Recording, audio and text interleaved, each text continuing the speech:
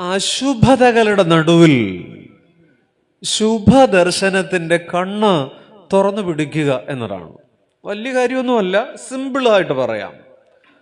ഒരു നല്ല കാഴ്ച, keeping eyes open to see goodness in the midst of evils. അശുഭതകളുടെ നടുവിൽ ഒരു ശുഭദർശനത്തിൻ്റെ ഈ വരിയിൽ, ഈ വാക്യത്തിൽ നാം കണ്ട ഒരു വാക്യം ഇങ്ങനെയാണ്. വാക്ക് എല്ലാം പറയൂ. യെസ് എന്ന് പറയും, ശക്തമായിട്ട് പറയൂ. എല്ലാം.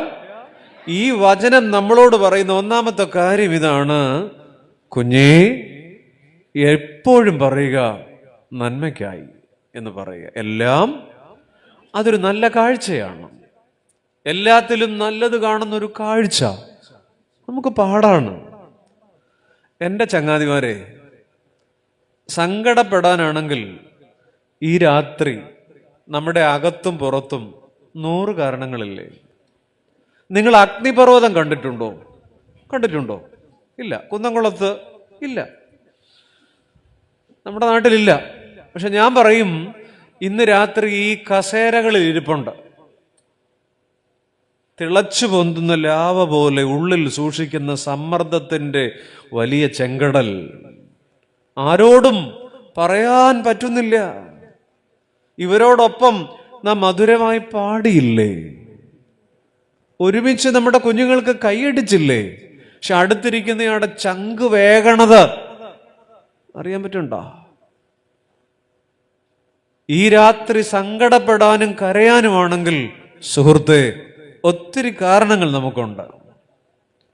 എന്നാൽ ഓരോരുത്തരും സഞ്ചരിക്കുന്ന അഗ്നിപർവ്വതമാണ്. ഇതിൻ്റെയൊക്കെ നടുവിൽ നിന്നുകൊണ്ട് ദൈവവചനം തുറന്നു പറയണം. എല്ലാം. അത് ഉറക്കെ പറഞ്ഞെങ്കിൽ എനിക്ക് അങ്ങോട്ട് പാനൊക്കെ ഉള്ളൂ. എല്ലാം. വേദപുസ്തകം മുഴുവൻ വായിച്ചിട്ടുണ്ടോ? അതൊരു കോവിഡൊക്കെ വന്നപ്പം പലരും എഴുതി വായിച്ചു, നമ്മൾ വായിക്കുകയൊക്കെ ചെയ്തിട്ടുണ്ടാവും. പക്ഷെ ഞാൻ പറയും, വേദപുസ്തകത്തിലെ ആദ്യത്തെ പേജ് മാത്രം വായിച്ചാൽ മതി. നമ്മുടെ പിള്ളേരുടെ ഭാഷ പറഞ്ഞ മച്ചാനെ, ജീവിക്കാൻ അത്രയും മതി. വേദപുസ്തകത്തിലെ ആദ്യത്തെ പേജിൽ ഏറ്റവും കൂടുതൽ കാണുന്ന വാക്ക് എന്തെന്നറിയാമോ? നല്ലത്. എന്താണ് നല്ലത്? Let there be the light. വെളിച്ചം ഉണ്ടാകട്ടെ. നല്ലത്. ഇത് നിങ്ങൾ പറയൂ, ഈ നല്ലത് എന്ന് ആരോട് പറഞ്ഞതാ? കർത്താവ്, എനിക്ക് നിങ്ങളെക്കുറിച്ചൊക്കെ ഒരു നല്ല ധാരണയുണ്ട്, കളയരുത്. നല്ലത് എന്ന് ആരോട് പറഞ്ഞതാ? വേദപുസ്തകത്തിലെ ആദ്യത്തെ പേജിൽ ദൈവം ആരോട് തന്നെ പറഞ്ഞു? ദൈവത്തോട് തന്നെ. ഈ ഭൂമിയിലെ ഏറ്റവും വലിയ സുവിശേഷം എന്താ? ഒരാൾ അയാളെ തന്നെ ആശീർവദിക്കുന്നതാണ്. നമ്മളോട് തന്നെ പറയുകയാണ്, കൊള്ളാം. ഇപ്പൊ നമ്മൾ പറഞ്ഞുകൊണ്ടിരിക്കുന്നത്, ഇതെന്റെ വിധിയായി പോയല്ലോ, ഇതിനെ എനിക്ക് തന്നെ വെച്ചിരുന്നല്ലോ, എന്തിനാണ് ഇങ്ങനെ, ഈ വീട്ടിൽ തന്നെ വന്നു കയറിയല്ലോ, ഇങ്ങനെയാണ് പറഞ്ഞുകൊണ്ടിരിക്കുന്നത്. എന്നാൽ നമുക്ക് കിട്ടാവുന്ന ഏറ്റവും വലിയ സുവിശേഷം എന്ന് പറയുന്നത്, നമ്മളോട് തന്നെ പറയുക, കൊള്ളാം. അതാണ് ബൈബിളിലെ ആദ്യത്തെ പേജ്. എല്ലാം നല്ലത്. അതിൽ വലിയൊരു സുവിശേഷം ഇല്ല. അതാണ് ആദ്യത്തെ പേജ് ഇങ്ങനെ വായിച്ചുകൊണ്ടേയിരിക്കുക. നമ്മുടെ നാട്ടിലെ ഭാഷ പറയും, സനാതന ധർമ്മം പറയും, സംഭവിച്ചതെല്ലാം നല്ലതിന്, സംഭവിക്കുന്നതെല്ലാം, സംഭവിക്കാനിരിക്കുന്നതും അതും പോകട്ടെ. ജീവിക്കാൻ ബൈബിളിലെ ആദ്യത്തെയും അവസാനത്തെയും വാക്കുമതി. വേദശാസ്ത്രമൊന്നുമല്ല. ഞാനൊരു നിങ്ങളുടെ മനസ്സിൽ കൊളുത്തിയിടാൻ പറയുക. ബൈബിളിലെ ആദ്യത്തെ വാക്കെന്താ? ആദിയിൽ. എന്താണ് ആദിയിൽ എന്ന് പറഞ്ഞാൽ? എന്നാണ്? പണ്ട് എന്ന് പറഞ്ഞാൽ? പണ്ടേക്ക് പണ്ട് എന്ന് പറഞ്ഞാൽ? അറിയില്ല. അതാണ് ഉൽപ്പത്തി 1 മുതൽ 11 വരെ ചരിത്രാതീതം, പ്രീഹിസ്റ്റോറിക് എന്ന് പറയും. നമ്മുടെ ബുദ്ധിക്കും നമ്മുടെ ആലോചനകൾക്കും നമ്മുടെ ചരിത്രത്തിനും അപ്പുറമുണ്ട്. ഒരു കാലം. അതുകൊണ്ടാണ് അത് കഥ പോലെ പറഞ്ഞത്. 1-ാം ദിവസം 2-ാം ദിവസം കഥ പോലെ പറഞ്ഞെങ്കിലേ കയ്യിലിരിക്കുള്ളൂ. ഇത്രയും ഗഹനമായത്. ആദിയിൽ, beyond our intelligence, beyond our brain, beyond our concepts, നമ്മുടെ ആലോചനകൾക്കും നമ്മുടെ ചിന്തകൾക്കും അപ്പുറമായൊരു കാലം സൂചിപ്പിക്കാൻ തുടങ്ങിയ വാക്കെന്താണ്? ഉറക്കെ പറ. നിങ്ങൾ എന്നെ മാത്രം ശ്രദ്ധിച്ചേ. എന്താണ്? ആദിയിൽ.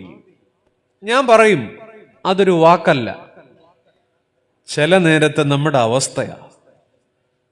നമുക്ക് കൂട്ടിയാ കൂടാത്ത, നമുക്ക് പിടുത്തം കിട്ടാത്ത, നമ്മൾ ആലോചിച്ചാൽ എത്തും പിടിയും കിട്ടാത്ത, നമുക്ക് മനസ്സിലാകാത്ത കുറെ കാര്യങ്ങളില്ലേ? ഉണ്ടോ? എല്ലാവരുടെയും ജീവിതത്തിലുണ്ടോ കുറെ സങ്കീർണതകൾ? അതാണ് ആദിയിൽ. അതൊരവസ്ഥയാ. നമുക്കറിയില്ല, മനസ്സിലാവുന്നില്ല. Y me? ദൈവമേ, എന്താ എനിക്കിങ്ങനെ? എൻ്റെ വീട്ടിൽ എന്താ ഇങ്ങനെ? ഇല്ലേ? പോട്ടെ, അത് ഇത്തിരിയുടെ സിമ്പിളായിട്ട് നിങ്ങളോട് പറഞ്ഞാൽ, ബൈബിളിലെ ആദ്യത്തെ അക്ഷരം എന്താ? നീട്ടി ഒന്ന് പറയൂ. എന്ന് പറഞ്ഞ അർത്ഥം എന്താ? അത് തന്നെ. ആ അകാരത്തിന്റെ അർത്ഥം എന്താണ്? എടി, അവൾ എവിടെ പോയി? അവൻ എന്തിയേ? അതെ, ഒരാളുടെ അറിവില്ലായ്മയും നിസ്സാരതയും നിസ്സഹായതയും സൂചിപ്പിക്കാൻ അയാൾ ഉപയോഗിക്കുന്ന ഏറ്റവും ചെറിയ ശരീരഭാഷയാണ് എന്താണ്? ഈ ഇരിക്കുന്ന കുറെ മനുഷ്യരുടെ ജീവിതത്തിൽ ഇപ്പൊ ഇതുണ്ട്. എന്താ? എന്തുകൊണ്ടാ? എങ്ങനെയാ? അല്ലേ? വായിങ്ങനെ തുറന്നിട്ടൊരു അറിവില്ലായ്മയുടെ കാലാണ്. ഇതിന്റെ ഉത്തരം എന്താ? നമുക്ക് പിടുത്തം കിട്ടാത്ത, നമുക്ക് മനസ്സിലാകാത്ത, നമുക്കങ്ങോട്ട് പിടിതരാത്ത കുറെ ജീവിതത്തിന്റെ സമസ്യകളുടെ പൂരണം. ഉത്തരം എന്താ? ഒറ്റ ഉത്തരവേ ഉള്ളൂ. ഏതാണെന്നറിയാം? ബൈബിളിലെ അവസാനത്തെ പദം എന്താണ്? ഉറക്കെ പറയൂ.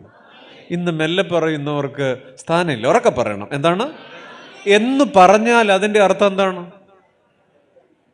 ആയിക്കോട്ടെ, അങ്ങനെ ആയിക്കോട്ടെ, അല്ലേ? അപ്രകാരം അതും ഞാനൊരു ഏറ്റവും ചെറിയ ഭാഗം പറഞ്ഞ എന്താണ്? ഒന്നിരുത്തി മൂളിക്ക് എന്ന് പറഞ്ഞ അർത്ഥം എന്താണ്? എന്ന് പറഞ്ഞ അർത്ഥം എന്താണ്? അത് കൺസെന്റ് ആണ്.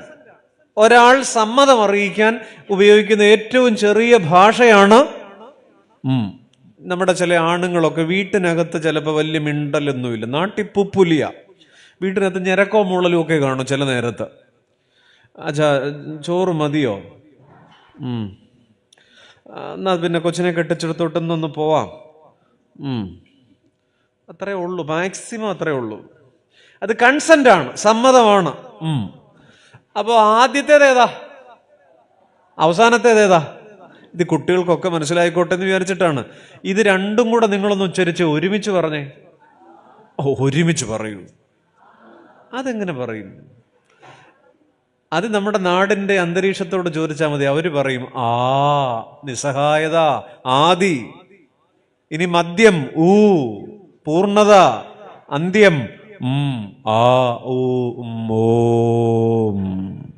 പരബ്രഹ്മത്തെ അങ്ങനെ വിളിക്കും. ഞാൻ ആൽഫയും, അത്രേ ഉള്ളൂ. എല്ലാത്തിൻ്റെയും ആദിയും അന്ത്യവും, എല്ലാ പൂട്ടുകൾക്കും താക്കോലുള്ള, എല്ലാ താഴുകൾക്കും താക്കോലുള്ള, എല്ലാ ചോദ്യങ്ങൾക്കും ഉത്തരമുള്ള ഒരാൾ നമ്മുടെ മുകളിലുണ്ട്. Jesus is the answer. അതുകൊണ്ട് നമ്മുടെ ജീവിതത്തിൽ സംഭവിക്കുന്ന എല്ലാ നിസ്സഹായതകൾക്കും, അറിവില്ലായ്മകൾക്കും, ഉത്തരം കിട്ടാത്ത ചോദ്യങ്ങൾക്കും എൻ്റെ ചങ്ങാതിമാര് ഒറ്റ ഉത്തരമേ ഉള്ളൂ: ആമേൻ. ആയിക്കോട്ടെ. ഇന്ന് സന്ധ്യയ്ക്ക് നമ്മൾ ഈ നമസ്കാരത്തിന് എത്ര ആമേൻ പറഞ്ഞു? 10-20 എണ്ണമെങ്കിലും പറഞ്ഞിട്ടുണ്ട്. വെറുതെ പറഞ്ഞതല്ലേ? സത്യം പറയണം. ഒരു കാര്യമില്ലാതെ പറഞ്ഞതല്ലേ? രാവിലെയും കൊട്ടക്കണക്കിന് പറഞ്ഞിട്ടാണ് വൈകിട്ട് വന്നത് ഞായറാഴ്ച. സത്യത്തിൽ പള്ളിക്കകത്തെ ആമേനല്ല, പുറത്ത് ചില ആമേനുകളുണ്ട്. തോറ്റ പരീക്ഷയോട് ആമേൻ, മുടങ്ങിപ്പോയ കല്യാണത്തോട് ആമേൻ, ചില ബ്രേക്കപ്പുകളോട് ആമേൻ, നടക്കാത്ത ചില ആലോചനകളോട്. എന്താ, ആരും ഉറങ്ങിപ്പോയോ? നമ്മളിപ്പോ നിന്റെ ഇഷ്ടമാണല്ലോ എന്ന് പറയുന്നതിന് അടിച്ച ലോട്ടറിയോടാണ്, നടന്ന കല്യാണത്തോടാണ്. ഓ, ഇത് തമ്പുരാന്റെ ആലോചനയാ. എന്നാൽ ഇന്ന് രാത്രി എൻ്റെ പ്രിയ കുഞ്ഞേ, സുഹൃത്തെ, ജീവിതത്തിന്റെ മുറിവുകളോട്, ചില മനസ്സിലാകാത്ത കാര്യങ്ങളോട്, ആ മക്കളുടെ കാര്യമാകാം, വീടിന്റെ കാര്യമാകാം, സ്വയാനാമേൻ ഒരു ആമേൻ പറയാൻ പറ്റുമോ? നിങ്ങളോടാണ്. അപ്പൊ ഇപ്പൊ ഇടനെഞ്ചിലിരിക്കുന്ന ചില ഭാരങ്ങളില്ലേ, ശബ്ദമുയർത്തി ആ ഭാരത്തോട് ആമേൻ എന്നൊന്ന് പറഞ്ഞേ. കുറച്ചുപേര് ഇങ്ങനെയാണ് പറയണമെന്നില്ല. ആ വേദനയോട്, ഇപ്പോഴുള്ള കണ്ണീരോടിനോട്, ഇപ്പോഴുള്ള നിസ്സഹായതയോട് സയാനാമേൻ ഉറക്കെ. ഇതാണ് സ്പിരിച്വാലിറ്റി. അതുകൊണ്ട് ഞാൻ പറയും, ജീവിക്കാൻ വേദപുസ്തകത്തിലെ ആദ്യത്തെയും അവസാനത്തെയും വാക്കുമതി. ആമേൻ. ദൈവമേ, നിന്റെ ഇഷ്ടം പോലെ. കടക്കുന്ന സപ്ലികളോടും തോറ്റ പരീക്ഷകളോടും എല്ലാ സങ്കടങ്ങളോടും പറയാം എന്ത്? ആമേൻ. അതാണ് ഈ വചനം നമ്മളോട് പറയുന്നത്. എല്ലാം ഒരു 3 സ്ത്രീകള് ഉറങ്ങുകയാണ്, ഉറങ്ങാനുള്ള ശ്രമമാണ്. 3 പേര്.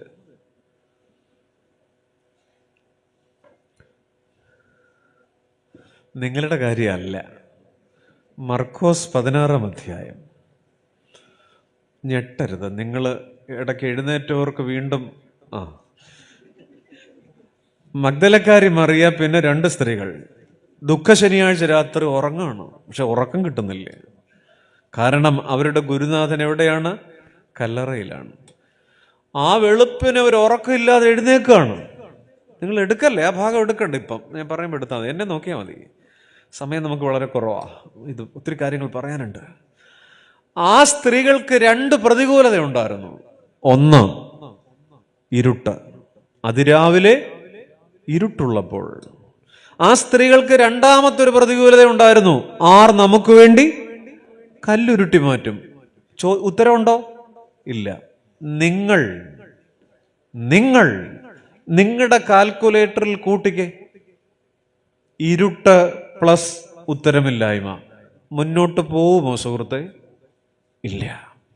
നമ്മൾ ഇരുന്നു പോവും. എന്നാൽ ആ 2-3 സ്ത്രീകൾ ഇരുട്ടും ഉത്തരമില്ലായ്മയും ഒരുമിച്ച് ജീവിതത്തിൽ വന്നപ്പോ മുന്നോട്ട് പോയി. ഇനി ഒരു ചോദ്യം നിങ്ങൾ പറയണം ഉത്തരം. അവർ ചെന്നപ്പോൾ ആ ഉയർപ്പിന്റെ പ്രഭാതത്തിൽ കല്ല് മാറ്റിയതാണോ മാറിയതാണോ? ഉറക്കെ പറയൂ. യെസ്, മാറിയതാണ്. മാറ്റുക എന്ന് പറയുന്നത് ലോകത്തിൻ്റെതാണ്. മാറുക എന്ന് പറയുന്നത് ദൈവത്തിന്റെ കൃപയാണ്. ലോകത്തിന് മാറ്റാൻ പറ്റില്ല. മെനഞ്ഞാന്ന് പീലാത്തോസ് 7 പൂട്ടിട്ട് പൂട്ടിയ കല്ല. ലോകം മാറ്റില്ല. പക്ഷേ ലോകം മാറ്റില്ല എന്ന് പറയുന്ന ചില നിസ്സഹായതകളുണ്ടല്ലോ, അതിൻ്റെ മുന്നിൽ ഇരുട്ടും ഉത്തരമില്ലായ്മയും ഒരുമിച്ച് വന്ന് പകച്ചു നിൽക്കുമ്പോഴുണ്ടല്ലോ, നീ മുന്നോട്ട് പോകാൻ നിന്റെ ദൈവത്തിൽ ബലപ്പെട്ട് തീരുമാനിച്ചാൽ മാറ്റുകയില്ല എന്ന് പറയുന്നതൊക്കെ എന്തായിട്ട് മാറും? പറയൂ. നമ്മുടെ ജീവിതത്തിൽ നമ്മൾ കേൾക്കാൻ പോണ ഏറ്റവും സങ്കടപ്പെട്ട വാർത്തകളൊന്ന്, ICUവിന്റെ വാതിൽ തുറന്നിട്ട് പുറത്ത് കാത്തു നിൽക്കുന്ന നമ്മളോട് ഒന്നും പറയാറായിട്ടില്ല എന്ന ചില വർത്തമാനങ്ങളാണ്. നമ്മുടെ പ്രിയപ്പെട്ടവരുടെ ജീവന് വേണ്ടിയൊക്കെ ചിലപ്പോൾ നമ്മൾ കേണിരിക്കുമ്പോൾ ലോകത്തിനൊന്നും വൈദ്യശാസ്ത്രത്തിന് ചെയ്യാൻ പറ്റില്ല.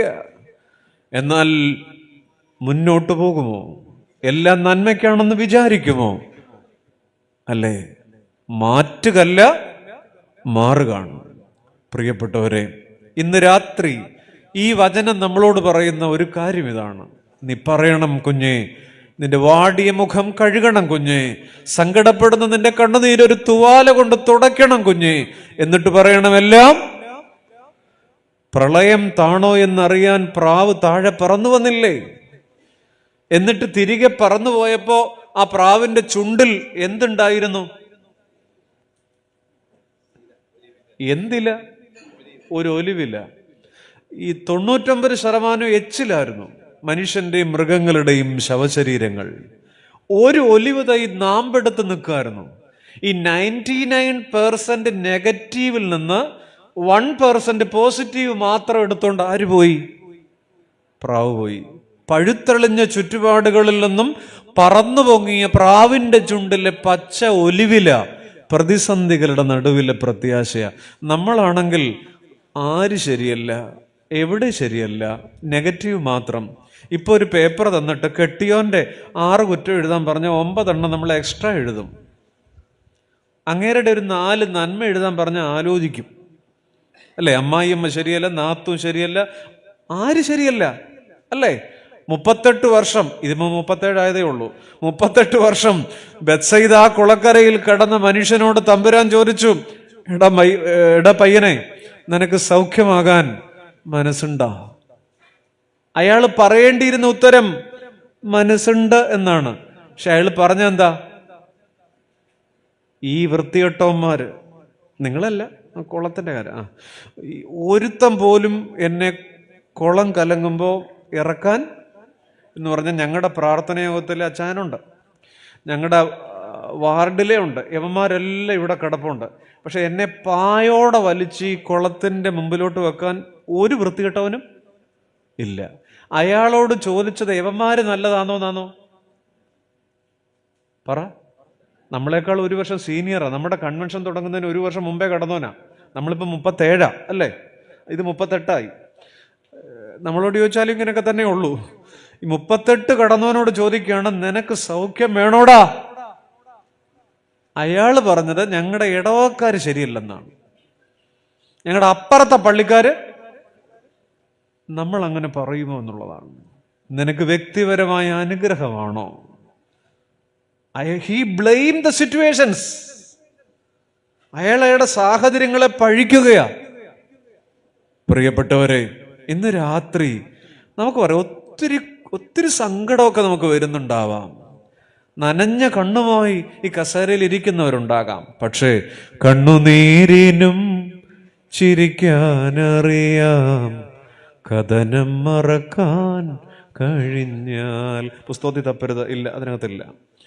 കാട്ടുമുളയ്ക്കും പാടാനറിയാം, കാറ്റിൻ ചുംബനമേറ്റാൽ.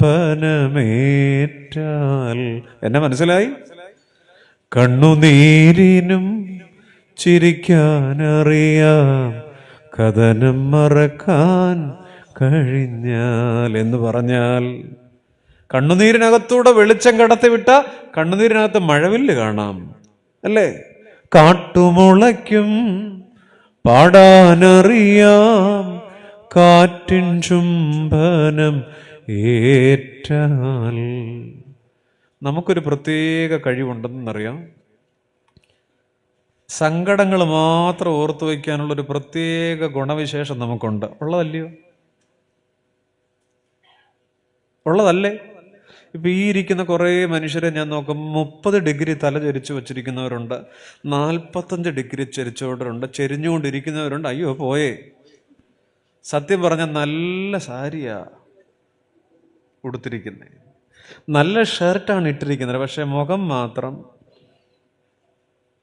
ഇത്രേ സങ്കടം എൻ്റെ പൊന്നു ചങ്ങാതി ഈ രാത്രി നിങ്ങൾ അർഹിക്കുന്നില്ല. പറയാൻ കഴിയണം. അപ്പോ എല്ലാം നമ്മൾ ഈ സങ്കടം മാത്രം ഓർത്തുകൊണ്ടിരിക്കണം. പണ്ട് ചാർലി ചാപ്ലിൻ, പഴയ കൊമേഡിയനാണ്, ഒരു പ്രഭാഷണം നടത്തുകയാണ് വലിയൊരു സദസ്സിനോട്. ഈ പ്രഭാഷണത്തിന്റെ ഇടയ്ക്ക് അദ്ദേഹം ഒരു തമാശ പറഞ്ഞു. അദ്ദേഹം വലിയ തമാശക്കാരനാണല്ലോ. ഈ തമാശ പറഞ്ഞപ്പോ ആളുകളെല്ലാം ചിരിക്കുകയാണ്. 2-3 മിനിറ്റ് കഴിഞ്ഞപ്പോ ചാപ്ലിൻ അതേ തമാശ പിന്നെയും പറഞ്ഞു. 6-7 പേര് മാത്രമേ ചിരിച്ചിട്ടുള്ളൂ. ചാപ്ലിൻ 5 മിനിറ്റ് കഴിഞ്ഞപ്പോ മുൻപ് പറഞ്ഞ തമാശ പിന്നെയും പറഞ്ഞു. ആരും ചിരിച്ചില്ല. ദുരന്തല്ലേ ഇത്? അപ്പൊ ചാപ്ലിൻ ചോദിച്ചു, നിങ്ങൾ എന്താണ് ഈ തമാശ കേട്ടിട്ട് ചിരിക്കാത്തത്? അപ്പോ സദസ്സിൽ ഒരാൾ ചോദിച്ചു, ചാപ്ലിൻ, നിങ്ങൾ വല്ല കൊമേഡിയനൊക്കെ അടിക്കാം, പക്ഷെ ഒരേ തമാശ പിന്നെയും പിന്നെയും കേട്ടാൽ ഞങ്ങൾ എങ്ങനെ ചിരിക്കാനാണ്? ചാപ്പിളിൻ ഒന്നും മിണ്ടിയില്ല. ചാപ്പിളിൻ്റെ അടുത്ത ചോദ്യമാണ് ഈ പന്തലിലുള്ളത്. ചാപ്പിളിൻ പിന്നെ ചോദിച്ചത് എങ്ങനെയാണ്, ഒരേ തമാശയുടെ സന്തോഷം പിന്നെയും പിന്നെയും നിങ്ങൾക്ക് ചിരിയുണ്ടാക്കുന്നില്ലെങ്കിൽ ആ പഴയ ചില സങ്കടങ്ങളുടെ ദുഃഖം പിന്നെയും പിന്നെയും ഓർത്ത് കൂടെ കൂടെ കരയുന്നത് എന്തിനാണ്? എത്ര പേർക്ക് മനസ്സിലായി? നമ്മൾ ഇങ്ങനെയാണ്. ആ പഴയ സന്തോഷം കൂടെ കൂടെ ഓർത്ത് ചിരിക്കാനാകുന്നില്ലെങ്കിൽ പിന്നെയും പിന്നെയും പഴയ ദുഃഖങ്ങൾ ഓർത്ത്. ഇവിടെ ഇരിപ്പുണ്ട്, ഒത്തിരി പാർട്ടികൾ ഇരിപ്പുണ്ട്. പഴയത് പിന്നെയും പിന്നെയും എന്നാലും അവൾ എന്നോട് അങ്ങനെ ചെയ്തല്ലോ. കരയാൻ റെഡിയാണ്. 1 2 3 പറഞ്ഞാൽ മതി, അപ്പൊ കരയും. അതെ, സങ്കടങ്ങൾ മാത്രം ഓർത്തു വയ്ക്കാൻ നമുക്കൊരു പ്രത്യേക കഴിവുണ്ട്. നിങ്ങൾ കേട്ടിട്ടുള്ള കഥയായിരിക്കാം, ഞാൻ ചിലപ്പോൾ ചില വേദികളിൽ പറയുന്നതാണ്. 2 കൂട്ടുകാര് ഒരു യാത്ര പോയ കഥയുണ്ട്. 2 ചങ്ങാതിമാർ പോയ വഴിയിൽ വെച്ച് പിണങ്ങി, ഒരാളെ തല്ലി. അയാളവിടെ ഇരുന്നു. തല്ലുകൊണ്ടവൻ ഇത്തിരി നേരം പിണങ്ങിയിരുന്നപ്പോൾ തല്ലുകൊണ്ടവൻ അവിടെ വിരൽ കൊണ്ട് മണലിൽ ഇങ്ങനെ എഴുതി, ഇവിടെ വെച്ച് എൻ്റെ ചങ്ങാതി എന്നെ തല്ലി. അവർ പിന്നെയും യാത്ര പോയി. അവർക്കൊരു പുഴ കടക്കണം. പുഴയുടെ മധ്യേ അവർക്ക് പിണക്കാണല്ലോ ഇപ്പോ. പുഴയുടെ മധ്യ ഒരു കല്ലിൽ തട്ടി മുമ്പേ തല്ലുകൊണ്ടയാൾ വീഴാൻ തുടങ്ങി. അപ്പോൾ തല്ലിയ ആൾ ഇപ്പൊ പിണക്കം മറന്ന് താങ്ങിപ്പിടിച്ചു. അവരെ കല്ലിൽ ഇരിക്കുകയാണ് ചെറിയൊരു ചിരിയോടെ. അപ്പൊ ഈ മനുഷ്യൻ പിന്നെ തൻ്റെ തോളിൽ നിന്ന്, സഞ്ചിയിൽ നിന്നൊരു ചെറിയ ഒരു കമ്പി കഷണം എടുത്ത പാറയിൽ ഇങ്ങനെ വരച്ചെഴുതി, ഇവിടെ വെച്ച് എൻ്റെ ചങ്ങാതി എന്നെ താങ്ങി.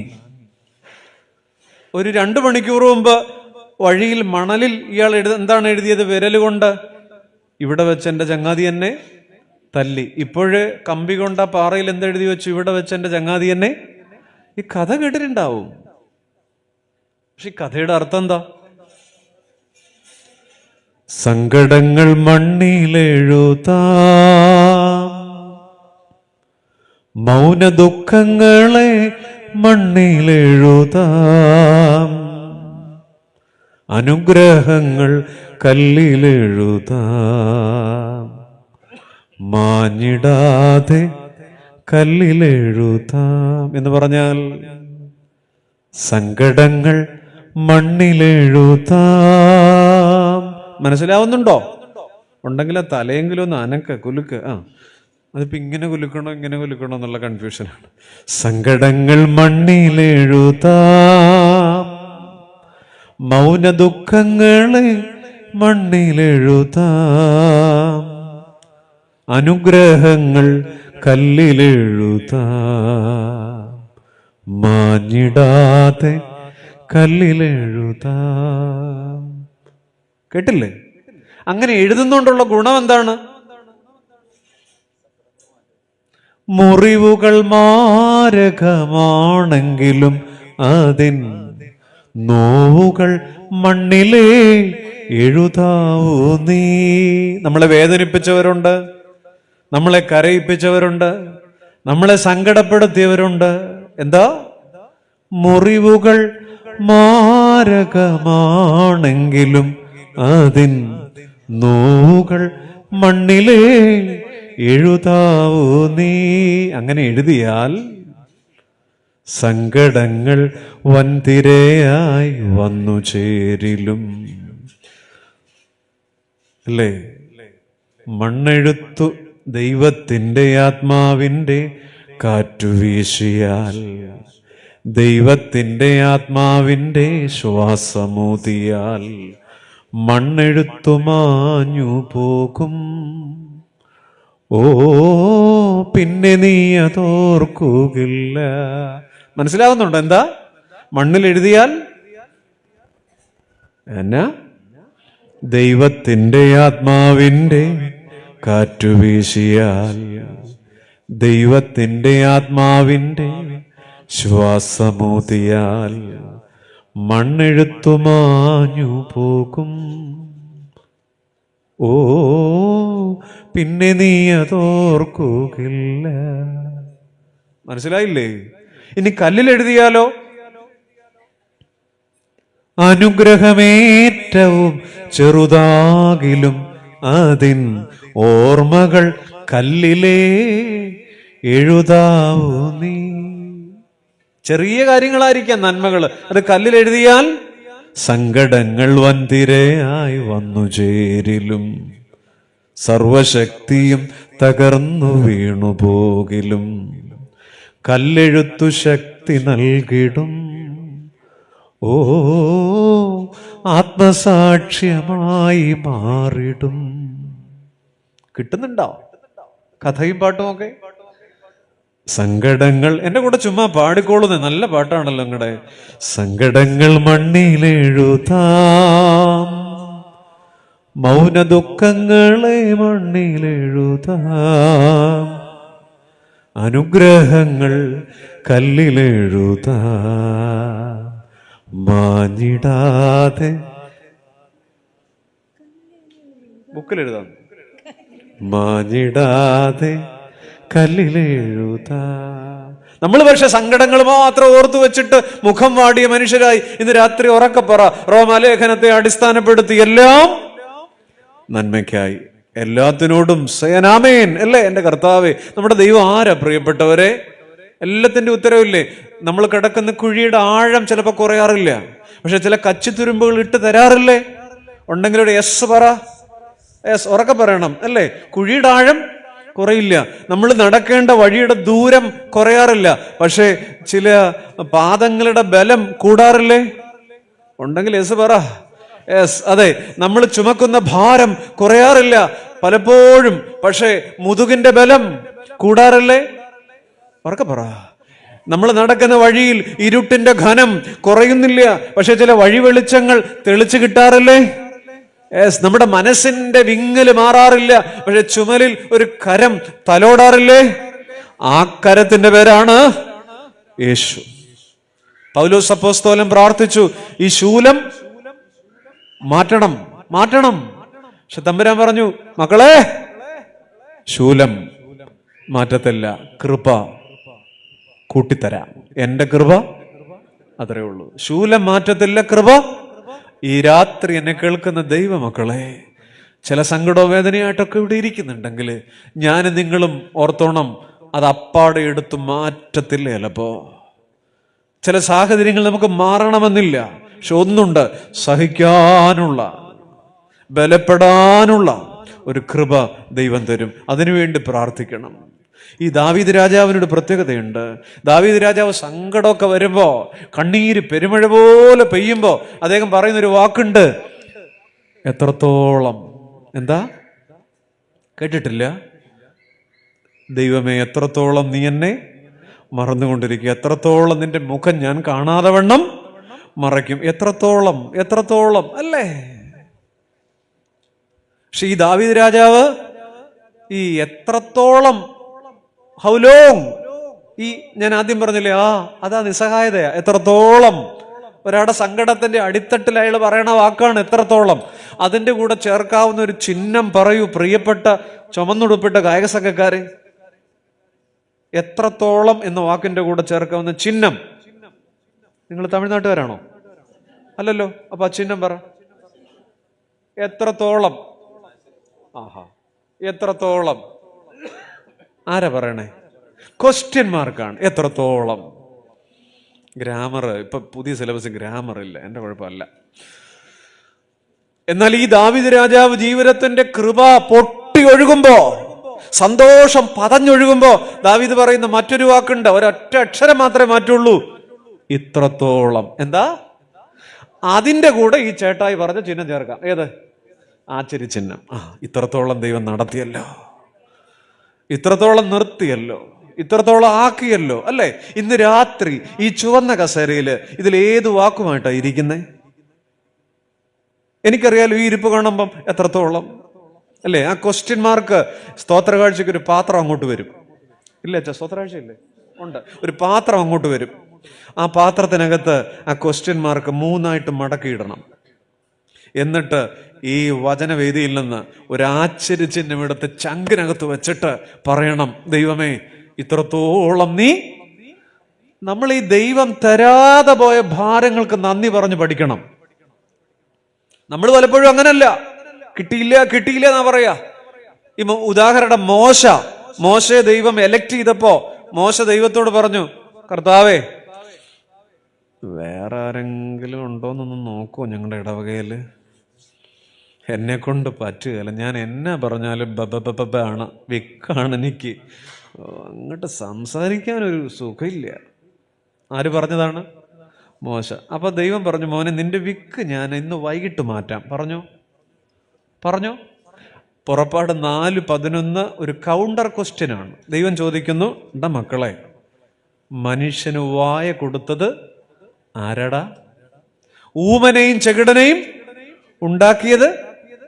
ഇത് കേട്ടപ്പം മോശ നോർമലായി, ഞാൻ പൊക്കോളാം എന്ന് പറഞ്ഞു. അതിന്റെ അർത്ഥം എന്താ? മോശ പറഞ്ഞത്, എനിക്ക് സംസാരിക്കുമ്പോ എന്നാ ഉണ്ട്? വിക്കുണ്ട്. നിങ്ങൾ ആദ്യമായിട്ട് കേൾക്കുമെന്ന് തോന്നുന്നു മോശയ്ക്ക് വിക്കുള്ള കാര്യം. അല്ല, അറിയാം, നേരത്തെ അറിയാം. എനിക്ക് വിക്കുണ്ടെന്നാണ് പറഞ്ഞത്. പരാതി ഇത്രയേ ഉള്ളൂ, എനിക്ക് സംസാരിക്കാനൊരു സുഖമില്ല. ദൈവം തിരിച്ചു ചോദിച്ചത്, ഊമൻ ഉണ്ട്, നിനക്കറിയാമോ? ചെകിടൻ ഉണ്ട്, നിനക്കറിയാമോ?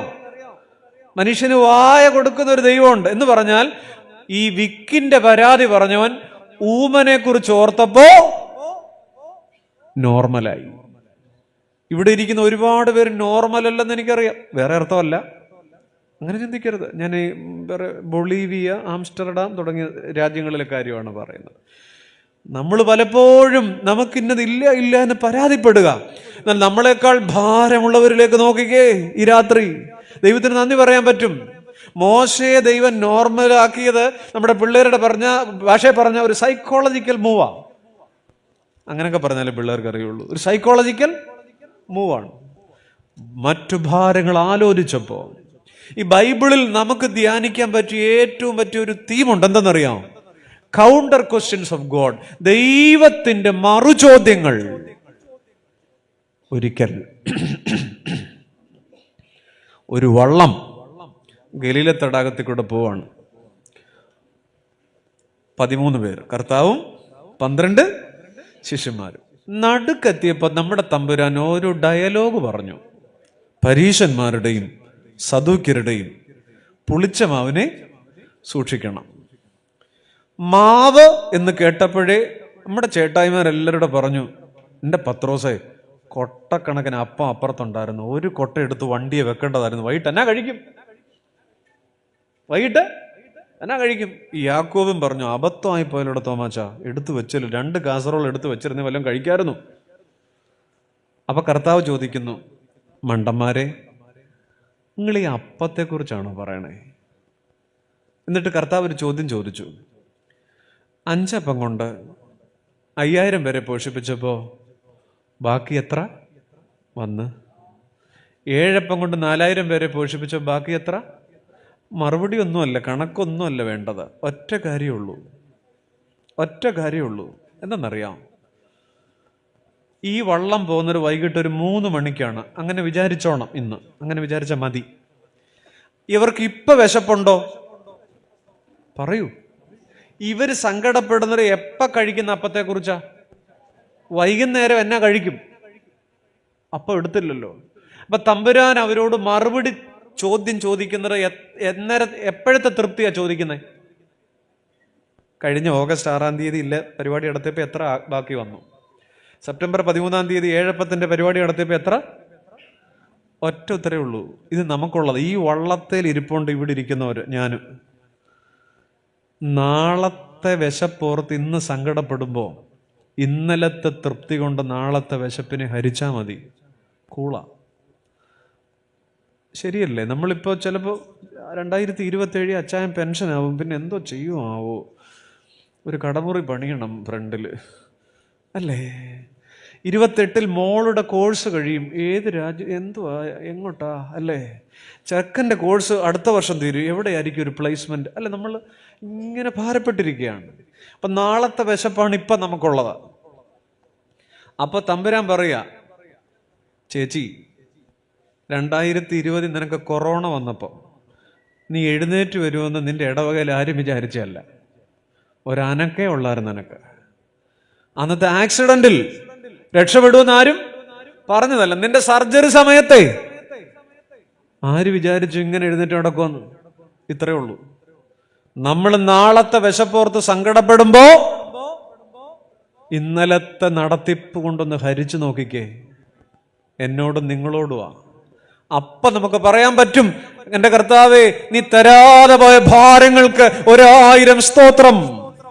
ഇന്ന് രാത്രി നിങ്ങൾ മനസ്സുകൊണ്ട് പറ, ദൈവം ഈ രാത്രി തരാതെ പോയ കണ്ണീരിന്, ഈ രാത്രി തരാതെ പോയ സങ്കടത്തിന്, ഈ രാത്രി നാം ഇടറെ പോകാതിരിക്കാൻ തക്കവണ്ണം ദൈവം നമ്മെ ചേർത്ത് പിടിച്ചതിനപ്പാ സ്തോത്രം. ദൈവമേ, അവിടുത്തേക്ക് നന്ദി. അതുകൊണ്ട് നമുക്ക് ബൈബിളിൽ ശക്തമായി ധ്യാനിക്കാൻ പറ്റിയ ഒരു തീമാണ് കൗണ്ടർ ക്വസ്റ്റ്യൻസ് ഓഫ് ഗോഡ്. ആട്ടെ, ഇവിടെ കുട്ടികൾ ഒത്തിരി സമ്മാനം മേടിച്ചല്ലോ. 5 അപ്പം കൊണ്ട് 5000 പേരെ പോഷിപ്പിച്ച കഥയൊക്കെ പറഞ്ഞല്ലോ. ബാക്കി എത്ര അപ്പം ഉണ്ടായിരുന്നു? എൻ്റെ എണ്ണം ഒന്ന് പറയാമോ ഏതെങ്കിലും സൺഡേ സ്കൂൾ കുട്ടിക്ക്? പറയുകയാണെങ്കിൽ 1000 രൂപ സമ്മാനം.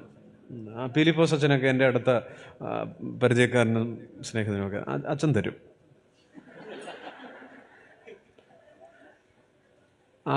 അത്രയും പേരെ പോഷിപ്പിച്ചിട്ട് ബാക്കി എത്ര അപ്പം ഉണ്ടായിരുന്നു?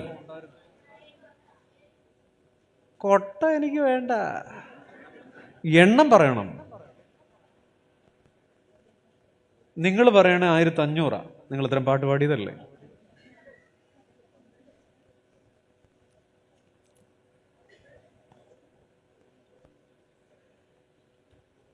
പറ്റില്ല. എണ്ണം പറഞ്ഞിട്ടില്ല.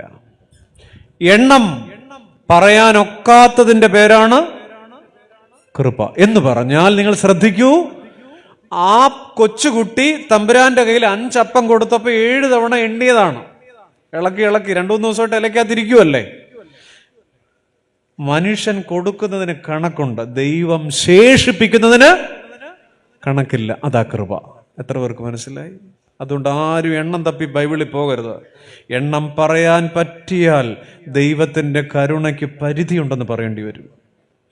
എണ്ണം പറയാൻ പറ്റാത്തത് അനന്തമായ കരുണയാ. റഹമേ, റഹമേ എന്ന വാക്ക് കരുണയാണ്.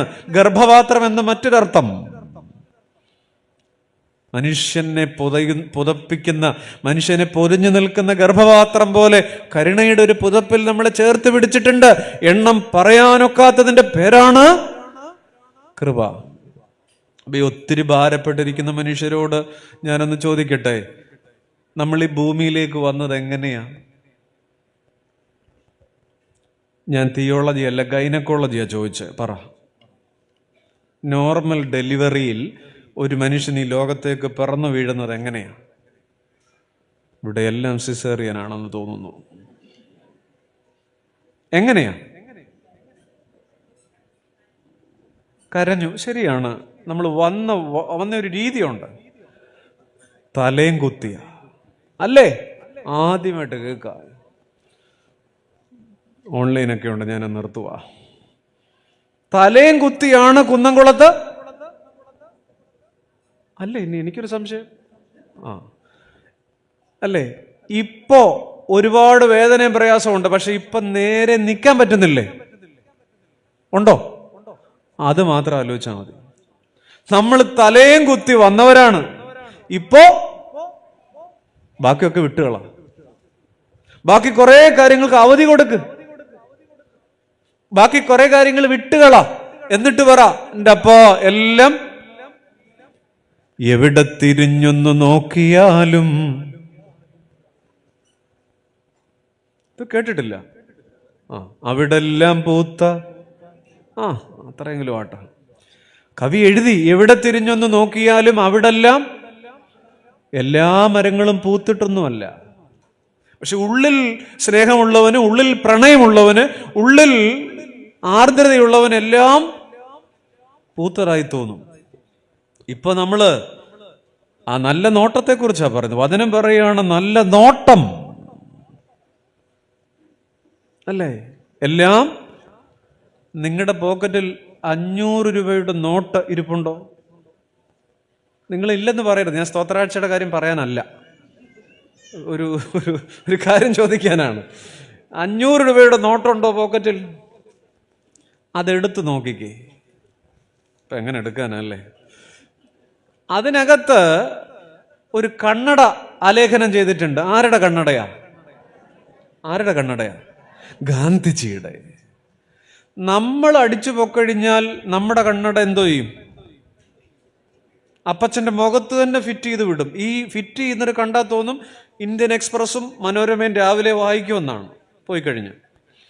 അതൊന്നുമല്ല, ഇത് ഇവിടെ ഇരുന്ന മെനക്കേടായതുകൊണ്ടാണ് പുള്ളിയുടെ മുഖത്ത് ഫിറ്റ് ചെയ്ത് വിടുന്നത്. എല്ലാവരുടെയും മുഖത്ത് ഫിറ്റ് ചെയ്ത് ഈ കയ്യിൽ കിടക്കുന്ന വള ഇങ്ങ് ഊരും, പക്ഷെ കണ്ണാടി അതെന്താ വിടുന്നേ? വായിച്ചോട്ടെ, ബൈബിൾ വായിക്കുന്ന അപ്പച്ചനല്ലേ, വായിക്കട്ടെ, അമ്മാമ്മങ്ങോട്ട് വായിക്കട്ടെ. ജീവിച്ചിരുന്നപ്പോഴേ വായിക്കാൻ സമയമില്ലായിരുന്നല്ലേ. നമ്മുടെ കണ്ണട നമ്മൾ മണ്ണിൽ കൊണ്ടുപോകും. പക്ഷേ ആ കണ്ണട വെച്ച ആൾ കടന്നു പോയിട്ട് എത്ര കാലമായി? ഒരുപാട് കാലമായി. പക്ഷേ റിസർവ് ബാങ്ക് ഓഫ് ഇന്ത്യ ആ കണ്ണട നമ്മുടെ 500 രൂപ നോട്ടിനകത്ത് വച്ചിരിക്കുക. എന്നതിനാ? ആ ജ്ഞാനവൃദ്ധൻ ആ കണ്ണടയിലൂടെ കണ്ട ഒരു ഇന്ത്യയുണ്ട്. ആ ജ്ഞാനവൃദ്ധൻ ആ കണ്ണടയിലൂടെ കണ്ട ഇസ്ലാമുണ്ട്, ഹിന്ദു ഉണ്ട്. ആ ഗാന്ധി ആ കണ്ണടയിലൂടെ കണ്ട ക്രിസ്തുവുണ്ട്. ദരിദ്ര നാരായണന്മാരുണ്ട്. ഭാരതത്തെ ഒന്നായി കണ്ട ഒരു മഹാത്മാവിന്റെ കണ്ണട അതാ കാഴ്ചയുടേതാ. എല്ലാം നല്ലതെന്ന് കണ്ട അന്നത്തെ ക്രൂരനായ സ്വേച്ഛാധിപതി ജർമ്മനിയുടെ അഡോൾഫ് ഹിറ്റ്ലർ, ഏറ്റവും മോശപ്പെട്ട മനുഷ്യൻ അന്ന് പുള്ളിയായിരുന്നു. ലക്ഷക്കണക്കിന് ജൂതന്മാരെ നാസി തടവറയിൽ കൊന്നൊടുക്കിയ ഹിറ്റ്ലർക്ക് ഗാന്ധിജി കത്തെഴുതിയപ്പോൾ തുടങ്ങിയത് ഇങ്ങനെയാണ്: എല്ലാവരും പറയുന്നത് പോലെ, വിചാരിക്കുന്നത് പോലെ മോശക്കാരനാണ് താങ്കൾ എന്നെനിക്ക് തോന്നുന്നില്ല എന്ന് പറഞ്ഞിട്ടാണ് ഗാന്ധിജി ഹിറ്റ്ലർക്ക് കത്തെഴുതിയത്. എന്ന് പറഞ്ഞാൽ ഏറ്റവും മോശപ്പെട്ട മനുഷ്യനെ പോലും കൊള്ളാം എന്ന് പറയാനുള്ളൊരു കാഴ്ചപ്പാട് അത് റോമാലേഖനം 8:28. അതാണ് 500 രൂപയുടെ നോട്ടിനകത്തുള്ളത്. എല്ലാം ആ ഗാന്ധിജിയുടെ കണ്ണട. നിങ്ങൾ ആ 500 രൂപ ഇനി ആർക്ക് കൊടുക്കുമ്പോഴും ആ കണ്ണടയെന്ന് ശ്രദ്ധിച്ചേ, ഒരു നന്മയുടെ കാഴ്ച ഉണ്ടാകണമേ എന്നുള്ളതാണ്. അതുകൊണ്ടാണ് ആ കണ്ണട ആലേഖനം ചെയ്തിരിക്കുന്നത് നമ്മുടെ നോട്ടിൽ. എല്ലാം നന്മയ്ക്കായി എന്ന് പറയുന്ന മനുഷ്യരുടെ കൂടെ ജീവിച്ചാൽ മതി. രണ്ടാമത്തെ കാര്യം, ദൈവത്തെ സ്നേഹിക്കുന്നവർക്ക്, നിർണയപ്രകാരം വിളിക്കപ്പെട്ടിരിക്കുന്നവർക്ക് സകലതും നന്മയ്ക്കായി. ഒന്നാമത്തെ ചിന്ത, അശുഭതകളുടെ നടുവിൽ ഒരു ശുഭദർശനത്തിന്റെ മിഴി. ദൈവമേ, കൊള്ളാം.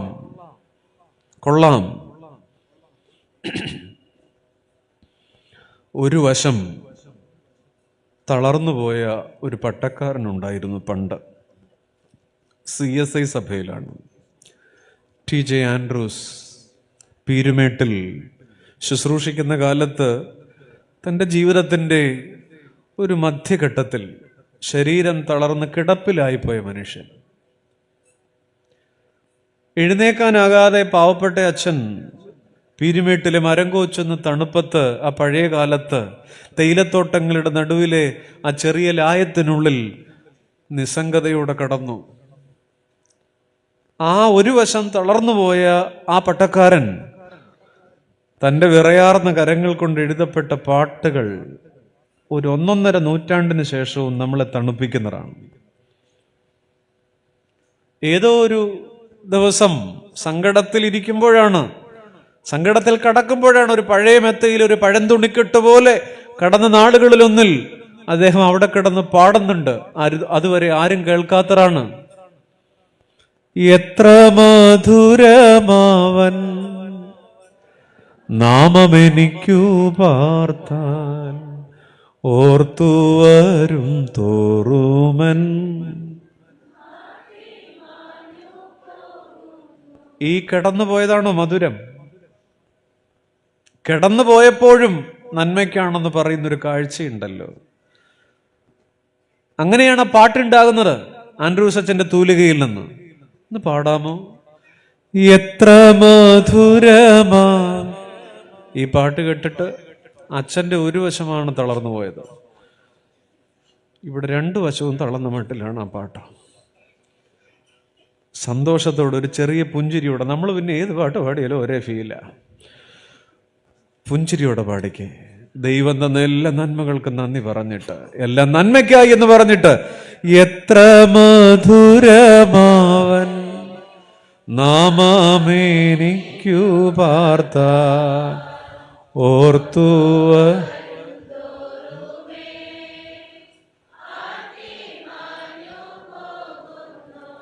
ദോഷം പറയരുതല്ലോ. കൊള്ളാം. പിന്നീടാണ് അതിൻ്റെ പല്ലവി ഉണ്ടായത്. യേശു എന്നടിസ്ഥാനം ആശയവനിലത്രേ.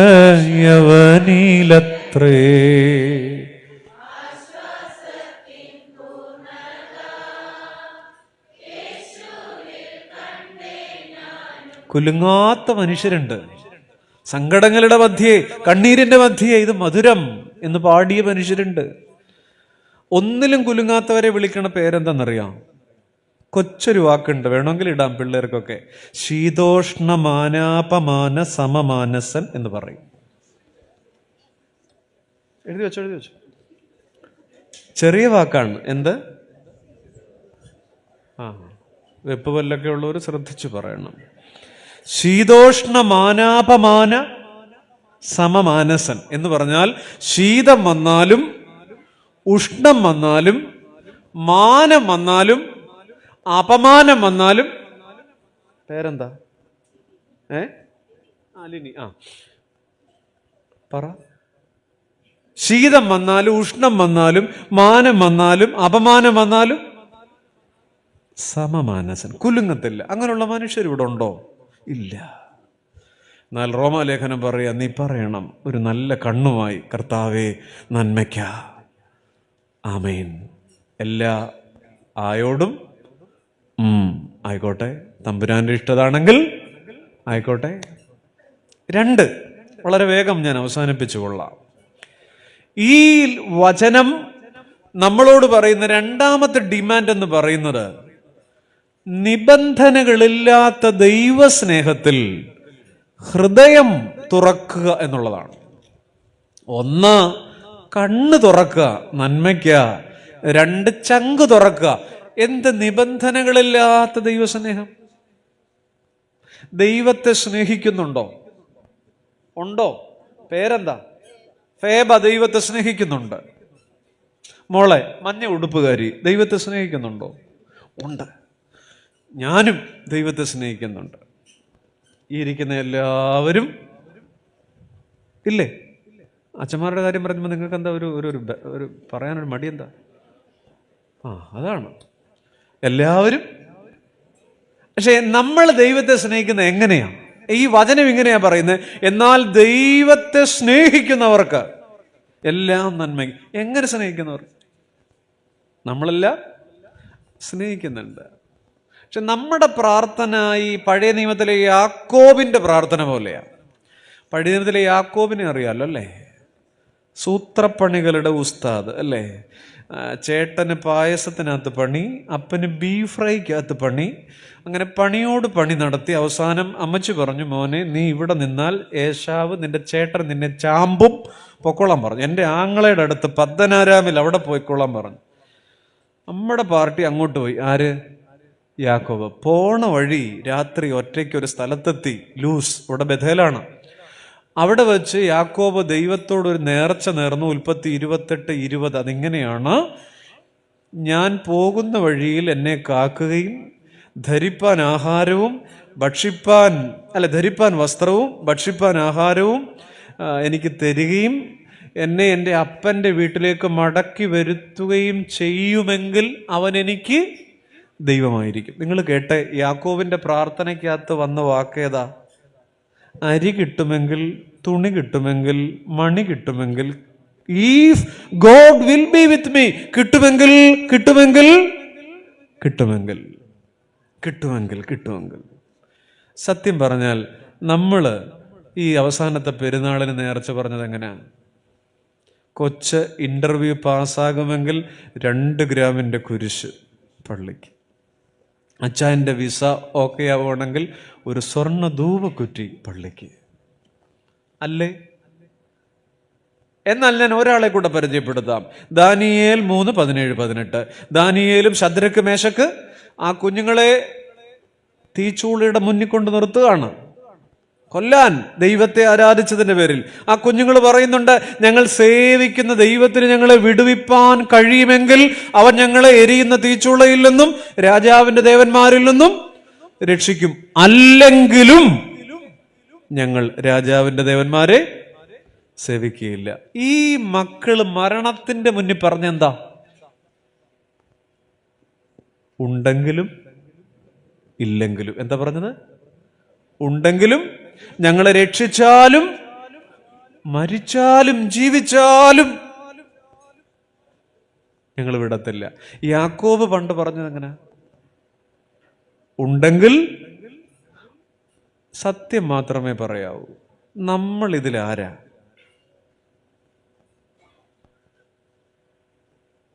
അനക്കമില്ല, പോയെന്ന് തോന്നുന്നു. നമ്മൾ ഇതിലാരാ?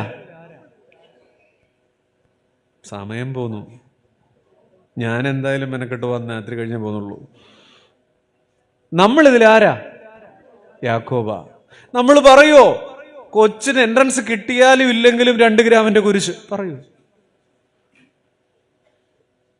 ആ കല്യാണം നടന്നാലും ഇല്ലെങ്കിലും മുത്തുക്കുട പറയൂ?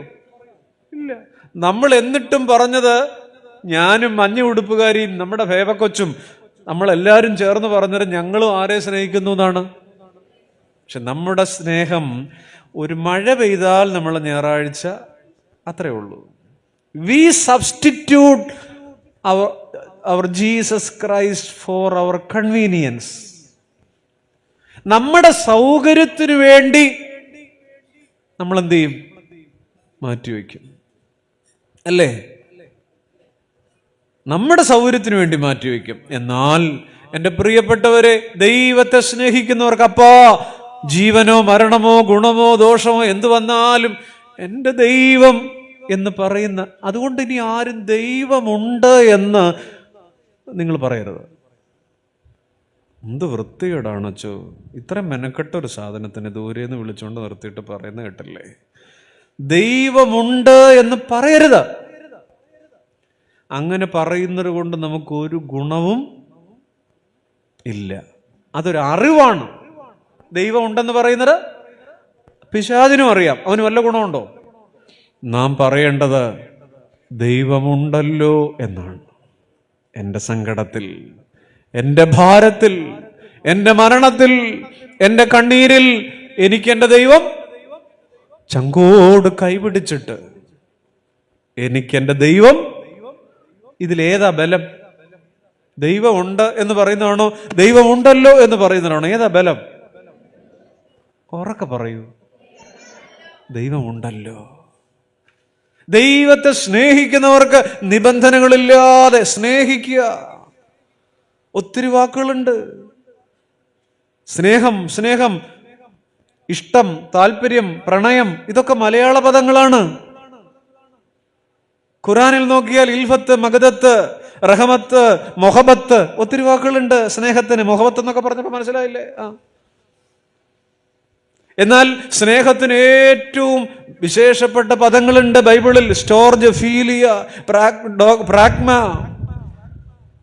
പക്ഷെ വലിയൊരു വാക്കുണ്ട്, അഗാപ്പെ, ക്രൂശിലെ സ്നേഹം. അതിൻ്റെ താഴെ നിൽക്കത്തേ ഉള്ളൂ ലോകത്തിലേത് ഭാഷയിലും സ്നേഹത്തിന് ഏത് പദം ഉണ്ടായാലും. ആ ക്രൂശിലെ സ്നേഹത്തിൽ നിന്നുകൊണ്ടാണ് പറയുന്നത് പൗലോസ് അപ്പോസ്തലൻ, ദൈവത്തെ സ്നേഹിക്കുന്നവർ നിബന്ധനകളില്ലാതെ. ദാനിയേലിനെ പോലെ, അല്ലേ? അത് വേദന വന്നേക്കാം. ഈ പുസ്തകത്തിന് ഇത്രയും ഘനം വന്നത് എന്തുകൊണ്ടാ? അത്രയും ഘനം ഉണ്ടായതുകൊണ്ടാണല്ലോ ഞങ്ങൾ കൊണ്ടുവരാഞ്ഞത്, അല്ലേ? ഈ പുസ്തകത്തിന് ഇത്രയും ഘനം വന്നത് എന്തുകൊണ്ടാ? ഇതിനകത്ത് നിറവ് മാത്രം പറഞ്ഞുകൊണ്ടാണോ? മുറിവും കൂടെ പറഞ്ഞുകൊണ്ടാണോ? ഉറങ്ങിയോ? മുറിവും കൂടെ പറഞ്ഞുകൊണ്ട്, അല്ലേ? നിറവും. പക്ഷെ നമുക്കിന്ന് ബൈബിളിൽ ഏറ്റവും ഇഷ്ടമുള്ള 2 വാക്ക് ഏതാ? 1 സൗഖ്യം, 2 അനുഗ്രഹം. എഴുതി കാണിച്ചാൽ മതി. ഏത് വണ്ടിക്കും എവിടെ വേണമെങ്കിലും പോകും നമ്മൾ. സൗഖ്യം, അനുഗ്രഹം. പക്ഷേ ഈ പുസ്തകം നോക്കിക്കേ, തോറ്റുപോയ ഒത്തിരി മനുഷ്യരുണ്ട്. നമുക്ക് സൗഖ്യമാക്കുന്ന ദൈവത്തെ അറിയാം, എന്നാൽ രോഗിയാക്കുന്ന ദൈവത്തെ ഇയ്യോബിനറിയാം, അല്ലേ? ഇയ്യോബിന്റെ ശരീരത്തിൽ പുഴുക്കൾ വന്നു, വ്രണങ്ങൾ വന്നു, മാന്തിക്കൊണ്ടിരിക്കുക. ഭാര്യ പറഞ്ഞു, പോയി ചത്തൂടേടോ. അപ്പൊ ഇയ്യോബ് പറഞ്ഞു, എന്നെ കൊന്നാലും ഞാൻ വിടില്ല. നമ്മളും ഇയ്യോബും തമ്മിലുള്ള വ്യത്യാസം എന്താ? ഒറ്റ വ്യത്യാസമേ ഉള്ളൂ. ഇയ്യോബിന്റെ ശരീരത്തിൽ പുഴു കയറി, വിശ്വാസത്തിൽ കയറിയില്ല. നമ്മുടെ ശരീരത്തിൽ പുഴു കയറിയില്ല, വിശ്വാസത്തിൽ. ഇതാ വ്യത്യാസം. ഇയ്യോബും ഞാനും, അല്ലെങ്കിൽ ഇയ്യോബും നമ്മളും തമ്മിലുള്ള വ്യത്യാസം ഇതാ. രോഗിയാക്കുന്ന ദൈവത്തെ രുചിച്ച മനുഷ്യനാണ് ആര്? നമുക്ക് സൗഖ്യമാക്കുന്ന ദൈവത്തെ അറിയുള്ളൂ. കാഴ്ച തരുന്ന ദൈവത്തെ നമുക്കറിയാം. 2 കണ്ണിപ്പോ തുറന്നിരിക്കുകയാണ്. എന്നാൽ അന്ധനാക്കുന്ന ദൈവത്തെ പൗലോസ് അപ്പോസ്തലൻ അറിയാം. പൗലോസ് ആയത് അന്ധതയില്ല. നടത്തുന്ന ദൈവത്തെ നമുക്കറിയാം. 2 കാലും ഒക്കെ അല്ലേ? എന്നാൽ മുടന്തനാക്കുന്ന ദൈവത്തെ യാക്കോബിനറിയാം. പഴയ നിയമത്തിലെ യാക്കോബ് ദൈവദൂതനുമായിട്ട് മല്ലു പിടിച്ച് മുടന്തു വന്നപ്പോഴാ പറഞ്ഞത്, നീ എന്നെ അനുഗ്രഹിച്ചല്ലാതെ ഞാൻ നിന്നെ മുടന്തില്ല പറഞ്ഞ്. സൂപ്പർ ഫാസ്റ്റിന്റെ സ്പീഡിൽ ഓടിക്കൊണ്ടിരുന്നൊരു കാലമുണ്ട്, അന്നത് പറഞ്ഞില്ല. ഓർഡിനറിയുടെ സ്പീഡിലായപ്പോഴാണ് പറഞ്ഞത്, നീ എന്നെ അനുഗ്രഹിച്ചല്ലാതെ ഞാൻ നിന്നെ. ചില മുറിവ് പറ്റിയ മനുഷ്യർ നമ്മളെ ഈ പുസ്തകത്തിൽ നിന്ന് ചിലത് പഠിപ്പിക്കുന്നുണ്ട്. മക്കളെ തരുന്ന ദൈവത്തെ നമുക്കറിയാം, എന്നാൽ മക്കളെ തരാത്ത ദൈവത്തെ എലിശബയ്ക്കറിയാം, ഹന്നയ്ക്കറിയാം. നമ്മൾ നിറവില, എന്നാൽ പല മനുഷ്യരും മുറിവില. മനുഷ്യന്റെ ആശ അവസാനിക്കുന്നിടത്ത് ദൈവത്തിന്റെ ആശയം ആരംഭിക്കുന്നു എന്ന് വിളിച്ചു പറയുന്ന പുസ്തകത്തിന്റെ പേരാണ്, ഉറക്കപ്പറ, ബൈബിൾ. മനുഷ്യന്റെ ആശ അവസാനിക്കുന്നിടത്ത് ദൈവത്തിന്റെ ആശയം. ചില പരാജയങ്ങൾ വന്നേക്കാം, ചില തോൽവികൾ വന്നേക്കാം. ഞാൻ ഒരു ചോദ്യം കൂടെ ചോദിക്കും, ഇനി വേറെ ചോദ്യമൊന്നും ചോദിക്കത്തില്ല. ഈ ഇരിക്കുന്നതിന്റെ ദൈവജനമേ, നിങ്ങളുടെ ജീവിതത്തിൽ അവസാനമുണ്ടായ പരാജയം ഒന്ന് ഓർത്തേ. അവസാനമുണ്ടായ പരാജയം. ഈ ഇരിക്കുന്ന ഇരിപ്പ് കണ്ടിട്ട് തോറ്റിട്ടില്ല, തോറ്റ ചരിത്രം കേട്ടിട്ടില്ലെന്ന് തോന്നുന്നു. ജീവിതത്തിൽ അവസാനമുണ്ടായ തോൽവി ചേച്ചി ഒന്ന് ഓർത്തേ. ഓർത്തിട്ടുണ്ടോ? അടുത്ത കാര്യം, അതിന് ദൈവത്തിനൊരു നന്ദി പറഞ്ഞേ. പിന്നെ ജീവിതത്തിലെ, ഞാൻ ഈ കുന്നംകുളത്തോട്ട് വരുന്ന വഴിക്ക് വഴിയിൽ വെച്ചൊരാളെ കണ്ടു. കണ്ടത് വേറെ ആരല്ല, ശമരിയക്കാരൻ്റെ ആ കഥയില്ലേ, ആ കഥയിലെ മുറിവേറ്റ മനുഷ്യനാണ് ജംഗ്ഷനിൽ നിൽപ്പുണ്ട്. ചുമ്മാ പറയണ കേട്ടോ. ആ മനുഷ്യൻ എന്നോട് പറഞ്ഞു, ലേവ്യൻ കാണാതിരുന്നതാണ് ഭാഗ്യം കേട്ടോ. നിങ്ങൾക്ക് ധ്യാനിക്കാനൊരു വിഷയം ഇട്ട് തരുക. ആ മനുഷ്യൻ പറഞ്ഞതാണെന്ത്? ലേവ്യൻ കാണാതിരുന്നതാണ്. എത്ര പേർക്ക് മനസ്സിലായി? ഞാൻ പറയാം. അങ്ങേര് മുറിവേറ്റ് വഴിയിൽ കടന്നപ്പോൾ ആരൊക്കെ വന്നു? ലേവ്യൻ വന്നു, പുരോഹിതൻ വന്നു. കഥ അറിയാവുന്നതാണ്. അപ്പൊ ഈ ലേവ്യൻ വന്ന വഴി ഈ മനുഷ്യൻ ഇവിടെ കടന്നുകൊണ്ട് കാണുന്നുണ്ട്. പുള്ളി വരുന്നുണ്ട്. അപ്പം പുള്ളിക്ക് ഇടവകയിലെ ആളാണല്ലോ, എൻ്റെ ഇടവക്കാരനാണല്ലോ, എന്നെ പൊക്കുമല്ലോ. അങ്ങേര് വന്നു, കണ്ടു, പക്ഷേ കാണാതെ.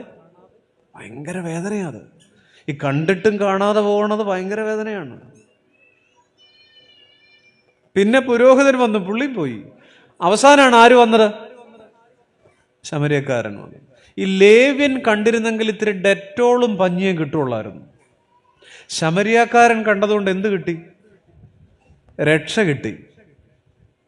പുസ്തകത്തിൽ പേര് വന്നു. ആ മനുഷ്യൻ പറയാണ്, ആ മുറിവേറ്റയാൾ പറയാണ്, ലേവ്യൻ കാണാതിരുന്നതാണ് ഭാഗ്യം. അയാൾ കണ്ട് എന്നെ രക്ഷിച്ചിരുന്നെങ്കിൽ ആര് കാണത്തില്ലായിരുന്നു? ശമരിയക്കാരൻ. നമ്മളും പറയും, എൻ്റെ ആ പ്രയാസത്തിൽ അവളൊന്ന് ഫോൺ ചെയ്തില്ലല്ലോ, ഞാനൊരു ചെറിയ കടം ചോദിച്ചപ്പോൾ തന്നില്ലല്ലോ, എൻ്റെ പൊന്നു സഹോദരി, അയാൾ നോക്കാഞ്ഞതാ നല്ലത്, നിനക്ക് വേറെ വഴി ദൈവം ഒരുക്കിയില്ലേ. ലേവ്യൻ കാണാതിരുന്നതാണ് ഭാഗ്യം. പലർക്കും പറയാൻ പറ്റും, ചില വഴികൾ മനുഷ്യൻ അടച്ചതാണ് നല്ലത്. കാരണം മനുഷ്യന്റെ ആശയം അവസാനിക്കുന്നിടത്ത് ആരുടെ ആശയം ആരംഭിക്കുന്നു? ദൈവത്തിന്റെ ആശയം. എൻ്റെ പ്രിയപ്പെട്ട ദൈവജനമേ, അതുകൊണ്ട് ചില തോൽവി വന്നെങ്കിൽ കണ്ടിട്ടും കാണാതെ പോയെന്ന മനുഷ്യരുണ്ട്. സാധു കൊച്ചു കുഞ്ഞുപദേശി കേട്ടിട്ടില്ലേ? ഇവർ പാടുന്ന പാട്ടാണ് അദ്ദേഹത്തിൻ്റെ.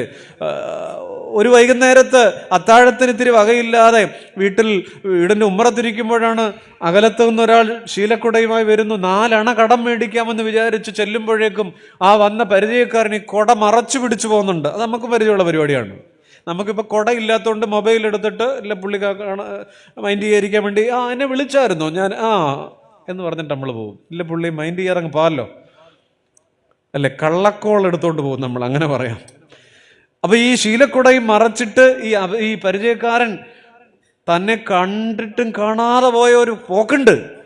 ആ പോക്ക് കണ്ടിട്ടാണ് സാധു ആ മുറ്റത്ത് നിന്ന് വിതുമ്പി പാടിയത്. ആരും സഹായമില്ലെല്ലാവരും പാരിൽ കണ്ടും കാണാതെയും പോകുന്നവർ. കണ്ടും കാണാതെയും അങ്ങനെ എഴുതിയത് ഈ പശ്ചാത്തലത്തിലാണ്. തന്നെ കണ്ടിട്ടും തന്റെ പരിചയക്കാരൻ ശീലക്കുട മറച്ചു പിടിച്ചു പോയപ്പോ ശമരിയക്കാരന്റെ ഉപമയിലെ മുറിവേറ്റവന്റെ സങ്കടം തന്നെയാണത്. ആരും സഹായമില്ലെല്ലാവരും പാരിൽ കണ്ടും കാണാതെയും പോകുന്നവർ, എന്നാൽ എനിക്കൊരു സഹായകൻ വാനിലുണ്ടെന്നറിഞ്ഞതിൽ ഉല്ലാസമേ. എന്നാൽ എനിക്കൊരു സഹായകൻ വാനിലുണ്ടെന്നറിഞ്ഞതിൽ ഉല്ലാസമേ. എൻ്റെ പ്രിയപ്പെട്ടവരെ, മനുഷ്യൻ വാതിലടയ്ക്കുന്നിടത്ത് ദൈവം വാതിൽ തുറക്കും എന്ന് ശക്തമായും വചനം നമ്മോട് പറയണുണ്ട്. 2 കാര്യങ്ങളാണ് നമ്മൾ പറഞ്ഞത്. കണ്ണു തുറക്കുക, അപ്പാ നന്മയ്ക്കാണ്, ആമേൻ. 2ാമത്തെ കാര്യം, എനിക്ക് നിന്നെ ഇഷ്ടമാണ്, അങ്ങയോട് എനിക്ക് സ്നേഹമുണ്ട്, പക്ഷെ എനിക്ക് ഒത്തിരി നിബന്ധനകളുണ്ട്. ഞാനൊരു ഫ്രെയിം ചെയ്തു വെച്ചിട്ടുണ്ട്. എൻ്റെ ആഗ്രഹങ്ങൾക്കനുസരിച്ച് നിന്നു തരുന്നൊരു ദൈവത്തെ ഞാനൊരു ഫ്രെയിം ചെയ്തിട്ടുണ്ട്. ഈ ഫ്രെയിമിന് പുറത്ത് എല്ലാം മറന്നപ്പാ നീയാണ് എൻ്റെ സർവം എന്ന് പറയുന്ന ഒരു സ്നേഹത്തിൻ്റെ തലം പാടാണ് നമുക്ക്. ഒരു മഴ പെയ്താൽ തീരത്തേ ഉള്ളൂ നമ്മുടെ പള്ളി. ഞാൻ അവസാനിപ്പിച്ചോട്ടെ പ്രിയപ്പെട്ടവരെ. റോമാലേഖനം 8-ാം അധ്യായം 28-ാമത്തെ വചനം ശക്തമായി നമ്മളോട് ഈ രാത്രി ഈ 2 കാര്യങ്ങൾ ഡിമാൻഡ് ചെയ്യുകയാണ്. ദൈവമേ, ഇത്തിരി കൂടെ അങ്ങയൊന്ന് സ്നേഹിക്കാൻ, ഇത്തിരി കൂടെ അങ്ങയുടെ പാദത്തിലൊന്നിരിക്കാൻ, ഇത്തിരി കൂടെ തമ്പുരാന്റെ മുമ്പിലൊന്നിരിക്കാൻ. 37 വർഷമായല്ലപ്പാ ഇങ്ങനെ ഇരിക്കാൻ തുടങ്ങിയിട്ട്. 38-ാമത്തെ വർഷമാണല്ലോ അയാൾ രക്ഷപ്പെട്ടു പോയത്. അയാൾ എവിടെ നിന്ന് കേട്ടിട്ടില്ലെന്ന് തോന്നുന്നു. ഞാനും പറഞ്ഞിരുന്നു ഇടയ്ക്ക്, ബെത്സയിദ 38-ാമത്തെ വർഷമാണ് രക്ഷപ്പെട്ടു പോയത്. സൗഖ്യം ആഗ്രഹിച്ചു വന്നവൻ യേശുവിനെയും കൊണ്ട് മടങ്ങിയ കഥയാണെങ്കിൽ, ദൈവമേ, സൗഖ്യമോ അനുഗ്രഹമോ ഒന്നുമല്ലപ്പാ, നീ മാത്രം മതി. എൻ്റെ സ്നേഹമുള്ളവരെ, നിങ്ങൾ ഇത്ര ശ്രദ്ധയോടെ വചന താല്പര്യത്തോടെ ഈ രാത്രി വചനത്തെ പരിഗണിച്ചതിന്, കേട്ടിരുന്നതിന് ഒത്തിരി സന്തോഷം കേട്ടോ. ആ വചന ഹൃദയത്തിലേക്ക് ഇറങ്ങട്ടെ, ആ വചന ഉള്ളിലേക്ക് ക്രിയ ചെയ്യട്ടെ, നമ്മുടെ ജീവിതത്തെ നന്നായിട്ട് ബലപ്പെടുത്തട്ടെ. എല്ലാവരോടും അഭിവന്യ പിതാവിൻ്റെ സാന്നിധ്യം, എല്ലാ പട്ടക്കാരുടെയും നിറഞ്ഞ സാന്നിധ്യം, ദൈവജനത്തിൻ്റെ പ്രാർത്ഥനാപൂർവമായ സാന്നിധ്യം ഈ ബലഹീനനായ അടിയനെ ദൈവം നിർത്തിയതിന്, നിങ്ങൾ ക്ഷണിച്ചതിന് എല്ലാവരോടും സ്നേഹം, സന്തോഷം. എല്ലാ പിതാക്കന്മാരോടും ദൈവജനത്തോടും ഒരിക്കൽ കൂടെ സ്നേഹം അറിയിക്കുന്നു. ദൈവവചനത്താൽ നമ്മുടെ ഉള്ളം നിറഞ്ഞ് ആനന്ദിച്ചു മടങ്ങാൻ ഈ രാത്രി ഇടയാകട്ടെ. കർത്താവിൻ്റെ നാമത്തിൽ സ്നേഹത്തിൻ്റെ പ്രണാമം.